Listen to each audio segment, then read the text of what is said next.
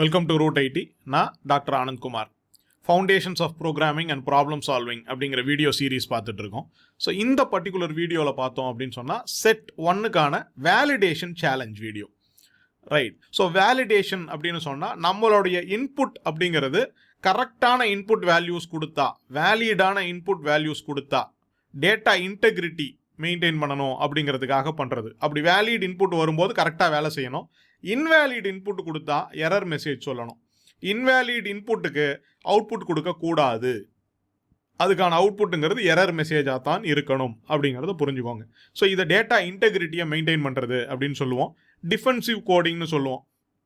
அதுக்கான beginning step இது. So இந்த டேட்டா வேலிடேஷனில் இருந்து ஆரம்பித்தோம்னா தான் நம்ம ப்ராப்பராக டிஃபென்சிவ் கோடிங்னா என்ன அப்படிங்கிறத கற்றுக்க முடியும். ஸோ அதுக்கான சேலஞ்சு தான் இது. ஸோ இதுக்கு முதல்ல நீங்கள் இஃப் எல்ஸ் கண்டிஷன்ஸ் வீடியோ பார்த்துருக்கணும். இஃப் எல்ஸுக்கான வீடியோ பார்த்துருக்கணும். ரைட். ஸோ அதுக்கப்புறம் இருக்கக்கூடியது தேவையில்லை. இஃப் எல்ஸ் பார்த்துருந்தாலே போதும். ஸோ சுவிட்ச் கேஸோ இதுவோ டர்னரியோ பார்க்கணுன்றது இல்லை. இஃப் எல்ஸுக்கான வீடியோ பார்த்துருந்தீங்கன்னா தாராளமாக இந்த செட் ஒன் சேலஞ்சை முதல்ல எடுத்துக்கோங்க. ஸோ செட் ஒன்னுடைய டேட்டாவை வேலிடேட் பண்ணுறதுக்கான சேலஞ்ச் இது. கொஸ்டின் செட்டுக்குள்ளே போகலாம். ஸோ செட் ஒன்னுக்கான வேலிடேஷன் சேலஞ்ச் இதை நான் 2 சேலஞ்சாக பிரிச்சிருக்கேன். எகெயின் சேலஞ்சுன்னு சொல்கிறதால இது ஆப்ஷனல். நம்ம கொஸ்டின் செட் எக்ஸசைஸ்னு சொன்னோம்னா அதை நீங்கள் கண்டிப்பாக போடணும்னு சொல்லுவேன் நான். பட் சேலஞ்ச் அப்படிங்கிறதால இது உங்களுக்கு ஆப்ஷனல். விச் மீன்ஸ் நீங்கள் ஆல்ரெடி சால்வ் பண்ணது இந்த செட் ஒன்னுங்கிறது. உங்ககிட்ட அதுக்கான கோடு இருக்கும். ஆனால் அந்த கோடில் நீங்கள் எந்த வேலிடேஷன்ஸும் பண்ணியிருக்க மாட்டீங்க. அப்போ உங்களுடைய எல்லா இன்புட்டையும் இஃப் எல்ஸ் யூஸ் பண்ணி ப்ராப்பராக வேலிடேட் பண்ணுங்க. ரைட். அப்போ வேலிட் இன்புட்ஸை மட்டும்தான் அலோவ் பண்ணணும். இன்வேலிட் இன்புட்ஸ் வந்ததுன்னா எரர் மெசேஜ் காட்டணும்.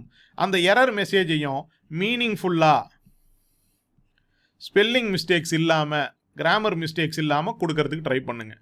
ஸோ அப்போ ஸ்பெல்லிங் பாருங்கள், கிராமர் கரெக்டாக இருக்கிற மாதிரி பாருங்கள். ரெண்டுத்துக்குமே பிளக்இன்ஸ் அவைலபிளாக இருக்குது. இப்போ விஎஸ் கோட்லேயே பார்த்தீங்கன்னா டிக்ஷனரியும் அவைலபிளாக இருக்குது, கிராமட்டிக்கல் ஸ்பெல் செக்கரும் அவைலபிளாக இருக்குது. ஸோ அந்த மாதிரி ஏதாவது ஒன்று எய்டுக்கு யூஸ் பண்ணிக்கோங்க. கரெக்டான ஸ்பெல்லிங்ஸும் கரெக்டான கிராமரும். ஏன்னா இப்போ நீங்கள் கொடுக்கக்கூடிய கோடை நம்ம ஜிட்டப்பில் போஸ்ட் பண்ணி நான் இதெல்லாம் செஞ்சுருக்கேன்னு சொல்லும்போது அதில் ஸ்பெல்லிங் மிஸ்டேக்ஸோ, வேரியபிள் நேம் வைக்கிறதுல ஸ்பெல்லிங் மிஸ்டேக்கோ, அல்லது நீங்கள் கொடுக்கக்கூடிய அந்த எரர் மெசேஜில் ஸ்பெல்லிங் மிஸ்டேக்ஸோ கிராமட்டிக்கல் எரர்ஸோ இருந்தால் அவ்வளோ நல்லா இருக்காது. ரைட். இது எல்லாத்துக்குமே இப்போ பிளக்இன் இருக்குது. ரைட். முடிஞ்ச வரைக்கும் நீங்கள் லேர்ன் பண்ணிக்கவும் ட்ரை பண்ணுங்கள். இந்த மாதிரி டூல்ஸையும் யூஸ் பண்ணிக்கோங்க. அது காட்ட போது கிராமட்டிக்கல் எரர் இருந்தால் இல்லை ஸ்பெல்லிங் மிஸ்டேக்ஸ் இருந்தால் அந்த அளவுக்கு கூட நீங்கள் எஃபர்ட் எடுக்கலை அப்படின்னு சொன்னால் உங்களை ஹையர் பண்ணும்போது அவங்க யோசிப்பாங்க. ரைட். ஸோ அப்போ நீங்கள் எப்படி கரெக்டாக எழுதுறீங்கன்றது முக்கியம் கிடையாது. உனக்கே அந்த ஸ்பெல்லிங் தெரியுதா இல்லை கம்ப்யூட்டர் சஜஸ்ட் பண்ணுதா? தப்பான ஸ்பெல்லிங்கை போடுற அளவுக்கு நம்ம முட்டாளாக இருக்கக்கூடாது. தப்பான ஸ்பெல்லிங்கை ஆன்லைனில் கொண்டு போய் போஸ்ட் பண்ணக்கூடாது.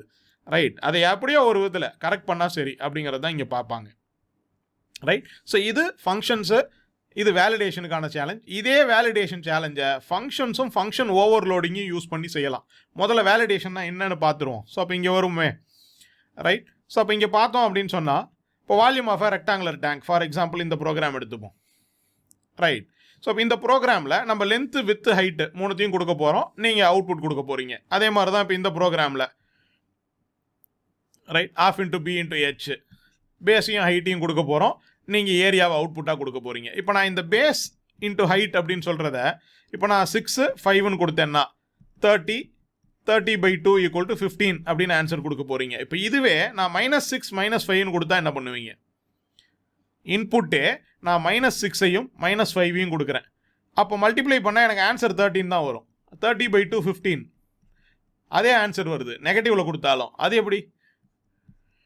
அப்போ கொஞ்சம் நல்லா யோசிச்சு பாருங்க. லென்த்து, வித்து, ஹைட்டு, ரேடியஸு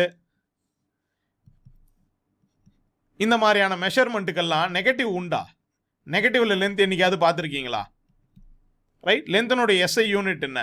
அந்த எஸ்ஐ யூனிட் 0 ஸ்கேலில் ஆரம்பிக்குதா இல்லையா? அப்போ 0லேருந்து தான் ஆரம்பிக்குதுன்னா அது நெகட்டிவாக இருக்க முடியாது. அப்போ இந்த லென்த்து வித்து ஹைட்டுக்கெல்லாம் நான் நெகட்டிவ் வேல்யூஸ் கொடுத்தா நீங்கள் அவுட்புட் கொடுக்கக்கூடாது, இன்வேலிட் இன்புட்னு சொல்லணும். ரேடியஸுக்கும் அதே மாதிரி தான். ரைட். இங்கேயும் அதே மாதிரி தான். இப்போ இங்கே இதை எடுத்துக்கோங்க, ஸ்கொயர் ரூட் எடுத்துக்கோங்க. ரைட். இப்போ 25க்கு ஸ்கொயர் ரூட் என்னன்னு கேட்குறேன், நீங்கள் 5ன்னு சொல்லிடுவீங்க. -25க்கு என்ன ஸ்கொயர் ரூட்டு? -25க்கு ஸ்கொயர் ரூட் இருக்கான்னு கேட்டால் மேக்ஸில் இருக்குது. எஸ், மேக்ஸில் இருக்குது. ஆனால் கம்ப்யூட்டர் சயின்ஸில் நம்ம ரியல் வேல்யூஸை மட்டும்தான் டீல் பண்ணுறோம். இது ஆக்சுவலாக இமேஜினரி நம்பருக்குள்ளெல்லாம் போகும். a + ib அப்படின்னு சொல்லுவோம். இமேஜினரி ரெலம்குள்ளே மேக்ஸ் வேலை செய்யும். But computer science real numbers மட்டும்தான் வேலை செய்யும். ஸோ அதனால் நெகட்டிவ் நம்பருக்கு ஸ்கொயர் ரூட்டையே அனுப்பக்கூடாது நீங்கள். ஆக்சுவலாக ஸ்கொயர் ரூட் ஃபங்க்ஷனே நெகட்டிவ் நம்பர் கொடுத்தா தப்புன்னு சொல்லும். அப்போ பாசிட்டிவ் நம்பரை மட்டும்தான் நம்ம ஸ்கொயர் ரூட் ஃபங்க்ஷனுக்கு அனுப்பணும். அப்போ அந்த இடத்துல பார்த்துக்கணும். ரைட். அப்போ மைலு, கிலோமீட்டரு எதுவும் நெகட்டிவில் இருக்க முடியாது. செல்சியஸ் டு ஃபேரன்ஹீட்டில் அப்போ செல்சியஸுங்கிறது என்னவா இருக்கலாம்? எப்படி வேலிடேட் பண்ணுவீங்க? கமெண்ட்டில் போடுங்க பார்ப்போம். எதெல்லாம் வேலிட் செல்சியஸாக நம்ம எடுத்துக்க முடியும் அப்படிங்கிறது. ரைட். அப்போ இங்கே நெகட்டிவ் அலௌடு. ஏன்னா நீங்கள் நெகட்டிவில் பார்த்துருப்பீங்க. அப்போ நெகட்டிவ் அலௌடு. ஆனால் நெகட்டிவில் எவ்வளோ தூரம் அலௌடுன்ற கேள்வி இருக்குது. அப்படின்னா -273 செல்சியஸ் அப்படிங்கிறது 0 கெல்வின்னு சொல்லுவோம். இதுதான் இருக்கிறதுலையே லீஸ்ட்டு செல்சியஸ் வேல்யூ.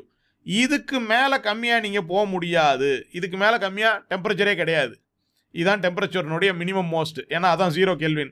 கெல்வினுங்கிறது தான் டெம்பரேச்சர்னுடைய எஸ்ஐ யூனிட், 0லேருந்து ஆரம்பிக்கிற யூனிட். ரைட். அப்போ 0 கெல்வின்லேருந்து அலோவ் பண்ணலாம். அப்போ -273 டிகிரி சென்டிகிரேட் வரைக்கும் அலோவ் பண்ணலாம். ப்ளஸ் சைடில் எவ்வளோ வேணாலும் போகலாம். ரைட். எவ்வளோ பெரிய நம்பராக வேணாலும் போகலாம். இப்போ ஸ்டாருடைய டெம்பரேச்சர் என்ன, சன்னுடைய டெம்பரேச்சர் என்னன்னா ரொம்ப ஜாஸ்தியாக இருக்கும். ரைட். ஆனால் மைனஸில் இதுதான் மினிமம் டெம்பரேச்சர், இதுக்கு கீழே கிடையாதுங்கிறத புரிஞ்சுக்கோங்க. இதுதான் 0 கெல்வின் அப்படிங்கிறத புரிஞ்சுக்கோங்க. ரைட். அப்போ -273 இருந்து பாசிட்டிவில் எவ்வளோ வேணாலும் கொடுக்கலாம். அந்த வேலிடேஷனை இதுக்கு எழுதணும்.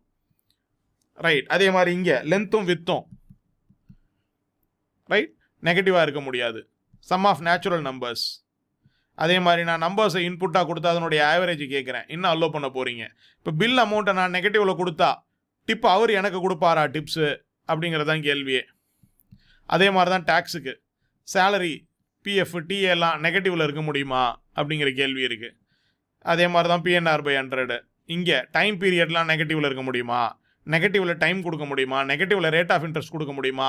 அப்படி எனக்கு தெரியலையே சார், டொமைனை பற்றி எனக்கு தெரியாதுன்னா போய் படிங்க. ஏன்னா ஒரு சிம்பிள் இன்ட்ரெஸ்ட் கேல்குலேஷனோ, காம்பவுண்ட் இன்ட்ரெஸ்ட் கேல்குலேஷனோ, ஒரு டேக்ஸ் கேல்குலேஷனோ காமன் நாலேஜ்.